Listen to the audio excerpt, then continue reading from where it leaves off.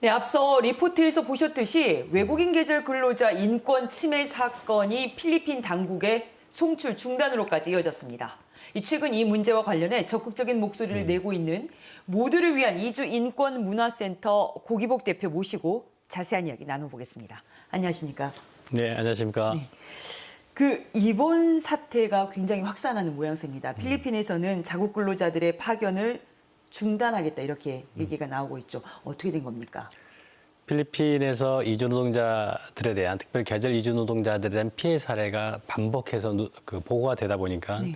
해외 이주 노동부에서 한국의 법무부, 외교부 그리고 대사관 등과 협의를 거쳐서 송출을 잠정 중단하겠다라고 하는 권고를 권하는 행정명령에 지난 1월 달에 그 장관이 서명을 했습니다. 그렇다고 해서 송출국이다 보니까 이 문제를 크게 떠벌리기보다는 내부적으로 어떤 문제가 있는지 피해 사례들이 어떤 것들이 있는지 구체적으로 살핀 후에 한국과 좀 더 논의를 하고 대응해 나가는 걸로 알고 있습니다.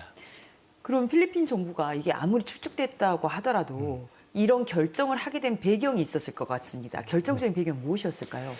일단은 작년에 계절 노동자 제도에 대한 실태 조사 보고서가 나왔었고요.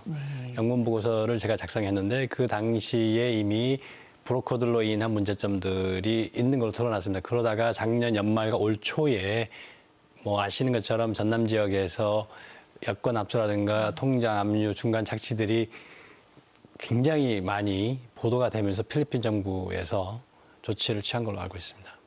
실제 이런 인권 문제 같은 경우는 외교적인 문제로도 비화할 수 있는데 고 대표님께서 최근 유엔 포럼에 참석하셔서 여기에 대한 유엔 차원의 대책을 촉구하셨다고요. 유엔 이주와 개발을 하는 글로벌 포럼에 참가했었는데요. 가보니까 국제노동기구 ILO라든가 뭐 IOM 이런 데서 저희 보고서를 다 알고 있었습니다. 네. 그래서 이주노동 인권조사관, 뭐 노동정책팀장 이런 관계자들이 한국의 계절 노동자 제도를 면밀히 살펴보겠다고 하는 의지를 밝히는 걸 보고 굉장히 놀랐고, 특별히 태국 유엔 대표부 같은 경우에 저희를 직접 불러서 대표 공간에 본국 자국에서 계절 노동자 실태 조사를 하고자 한다면 자기들이 직접 돕겠다 할 정도로 유엔에서 관심이 높았습니다. 그렇게 관심이 높다면 이제 국제적으로 이슈화될 경우 자칫 외교적 분쟁이나 갈등으로 빚어지지 않을까 하는 우려도 높습니다. 제가 그 부분에 대해서 한국 측에서는 송출국과의 문제만 걱정하는 측면이 있는데요. 사실은 이게 계절 노동자 제도를 오래 활용해왔던 선진국 사례들을 보면 그 부분에 더 큰 문제가 될 여지가 있습니다. 한국은 수출을 먹고 사는 나라잖아요. 그렇죠. 말레이시아 같은 경우에는 고무 수출을 많이 하는 나라로 알려져 있습니다. 코로나 초기에 미국이 일회용 고무 장갑마저도 귀하던 시절에 말레이시아산 고무 장갑 수입을 금지시킵니다. ILO 강제노동 규정이 위반된다고 해서 억류상품 위반으로 분류를 해버려요. 네. 그 이유가 뭐냐면 이주 노동자들의 노동 조건이 굉장히 열악하고 ILO가 이야기하고 있는 강제노동 금지 원칙을 위반했다고 본 거거든요. 한국에서 일어나고 있는 계절 노동자 인권 침해 사례는 그보다 더 열악합니다. 사실은 현재.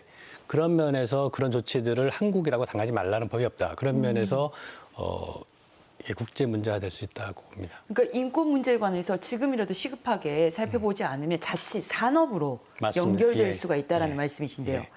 그러면 앞으로가 더 문제입니다. 이게 법적 근거가 없어서 사실은 특히 외국인 계절 근로자에 관한 법적 근거 이 마련이 시급하다고 보는데 여기에 대한 해결 방안은 무엇이라고 보십니까? 한국의 외국 인력 정책은 고용 허가제법이라고 있습니다. 외국인 근로자의 고용에 관한 법률이 있습니다. 다만 계절 노동자 제도는 법무부 지침에 의해서 하다 보니까 법적인 근거가 없이 되는 거죠. 그래서 보호 장치들이 굉장히 미약한 측면들이 있고요. 무엇보다도 계절 노동자에 대한 인식, 사회적 인식, 저임금으로 써도 된다고 하는 인식, 공정노동이라든가 적정 노동에 대한 사회적 합의가 굉장히 부족한 측면들이 있다 보니까 문제들이 발생하고 있습니다.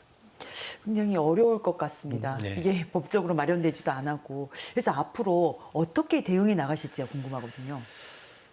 저 앞서 이야기했듯이 우리 사회 인식 변화를 위해서 저희는 꾸준히 이 문제를 제기할 생각인데요.